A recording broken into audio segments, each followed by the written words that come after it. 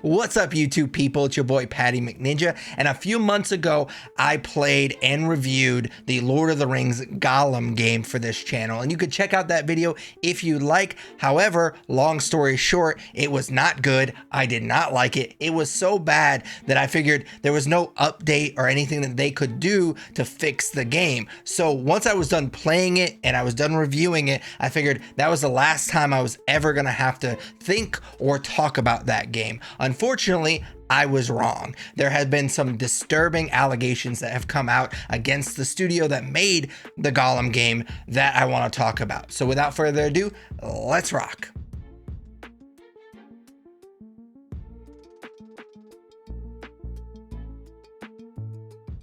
And like I just said, I reviewed this game when it was first released in late May, and from top to bottom, it is a terrible, terrible game.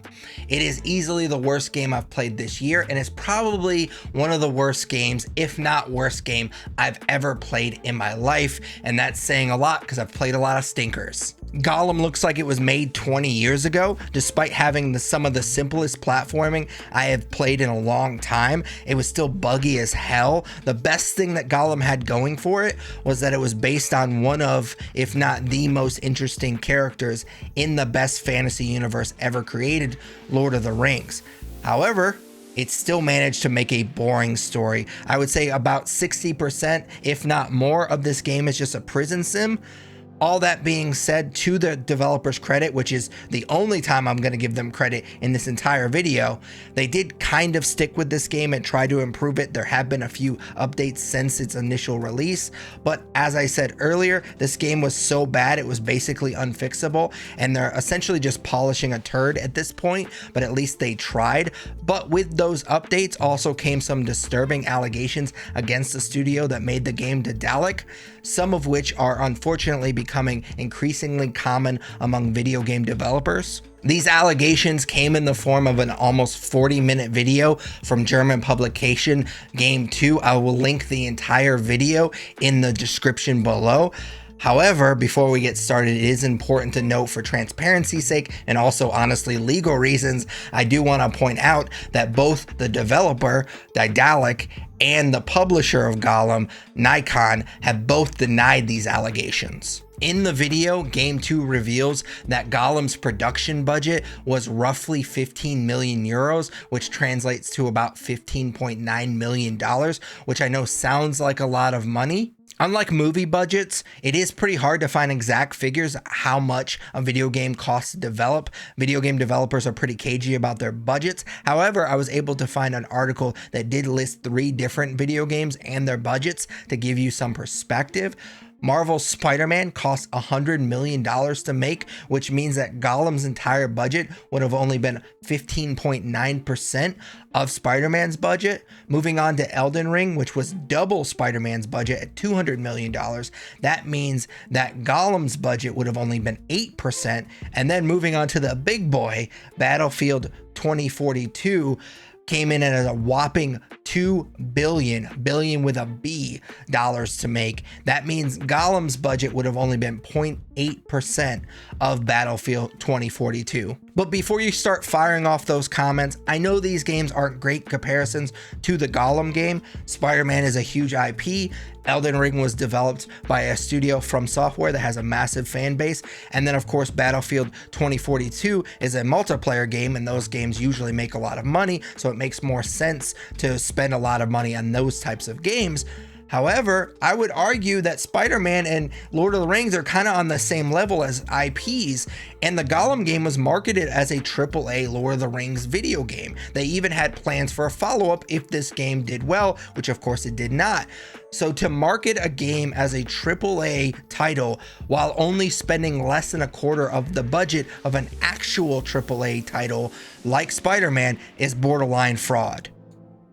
And now that we know the production budget of the Gollum game, it makes a lot more sense why this game failed so dramatically. The poor game designers, and I mean poor literally and figuratively, but we'll get to that later, they needed an actual miracle to pull this game off on that budget. But we already know that they didn't pull it off. This game flopped, and it flopped hard. So much so that the studio actually released an apology statement shortly after the launch. And we actually talked about this statement during my review of the game. And I mentioned in that video that this apology statement sounded a lot like all the other apology statements we had seen for other games that had poor launches recently. And according to the Game 2 report, the statement sounding familiar makes sense because apparently the publisher Nikon used ChatGPT to write the statement. And it's also important to note that the statement was released without Daedalic's knowledge, even though their logo is on the statement, which makes this whole thing seem a lot more sketchier. And I want to be perfectly clear, I have no issue in principle with anybody using ChatGPT. I use it from time to time. Basically, all of my YouTube video descriptions in the last 3 months have been written using ChatGPT. I basically just plug in all of the stuff that I talked about in that video, and in like 30 seconds, it spits out this nice long YouTube description that's filled with all the keywords the algorithm likes. My philosophy is work smarter, not harder. So I don't have any issue with people using it. It's just what you're willing to use it for. Using AI to write an apology statement for a terrible, terrible video game launch not only is embarrassing, but it's also insulting. It actually, I feel like, makes the situation worse, because in my opinion, the biggest factor about whether or not I accept your apology, no matter if it's for a bad video game launch or it's just a personal relationship issue, the biggest factor on whether or not I accept your apology is whether or not I feel like it's sincere.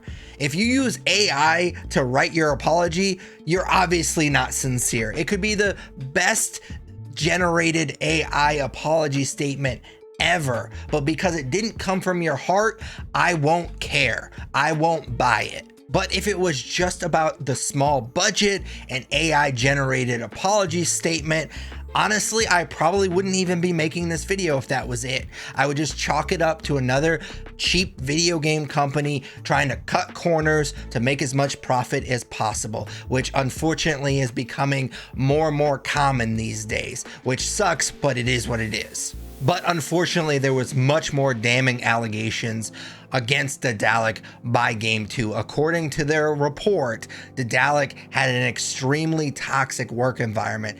They actually tried to pay employees below minimum wage, which I'm personally not a German lawyer, but that seems like it's a minimum wage for a reason, so it seems like it's illegal. So I'm not sure why they're not being investigated. Maybe they are and we just don't know it yet. The studio also forced many employees to work long hours, known in the gaming industry as crunch.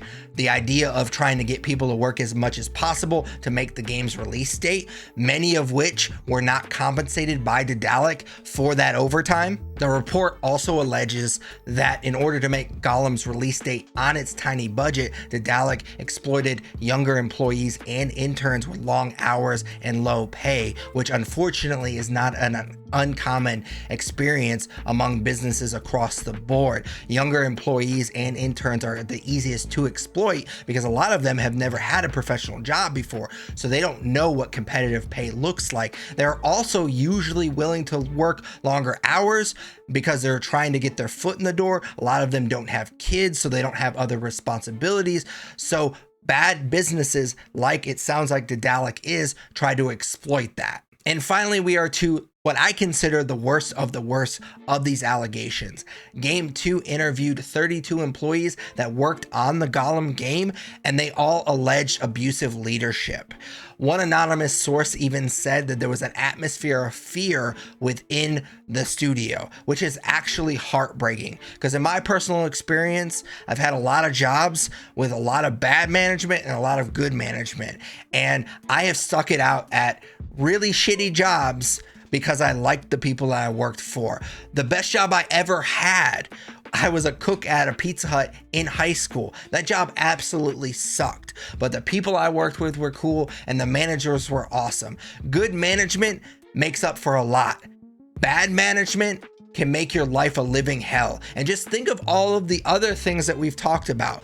Low pay, long hours, and now shitty management. That's a trifecta of a toxic work environment. So my final thoughts on these Gollum game allegations. When I first heard about them, I couldn't help but really feel for the people that worked on this game. Yes, it was a terrible, terrible game, but imagine working all these long hours for little pay for a game that you know, because you're passionate about video games. You've probably played thousands of video games before. You know what a good game looks and plays like. So they had to have known that this wasn't gonna go well, that this wasn't a good game.